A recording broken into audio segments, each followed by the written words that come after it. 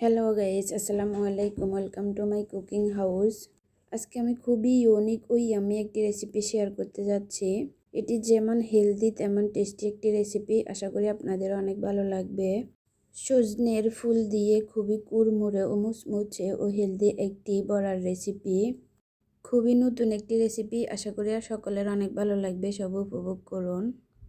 So আর কথা না বাড়িয়ে চলুন মেন রেসিপিতে। এই রেসিপি তৈরি করার জন্য সর্বপ্রথম আমি কিছু রসুন কুচি, কিছু পেঁয়াজ কুচি নিয়েছি কেটে। তারপর এখানে সজনের ফুলগুলা ভালোভাবে ধুয়ে ভিজিয়ে রেখেছিলাম। এখন ভিজানো সজনের ফুলগুলারে হাত দিয়ে চেপে চেপে পানি জড়িয়ে এইভাবে নিয়ে নিচ্ছি। তার মধ্যে অ্যাড করব 1 টিস্পুন হলুদ মশলা, 1 টিস্পুন লাল মরিচের গুঁড়ো, 1 টিস্পুন জিরা এবং ধনিয়া গুঁড়া, স্বাদ মতো লবণ অ্যাড করে দেব। আর পরিমাণ মতো এখানে কিছু ময়দা বা আটা অ্যাড করব। এখানে আমি 1 কাপের মতো আটা ইউজ করেছি। আপনারা চাইলে কর্নফ্লাওয়ারও ইউজ করতে পারবেন। তারপর একটা ডিম ভেঙে হাত দিয়ে এভাবে কুচলিয়ে সব উপকরণ মিক্স করে নিতে হবে। সজনে ফুলের পাকোড়া আমি প্রথমবার বানিয়েছি আর প্রথমবার খেয়েছি, এতটাই টেস্টি হয়েছে। তারপর আমি কড়াইতে পরিমাণ মতো তেল ঢেলে তেলগুলো গরম করে এভাবে পেঁয়াজের সাইজ করে পাকোড়াগুলো দিয়ে দেব গরম তেলে।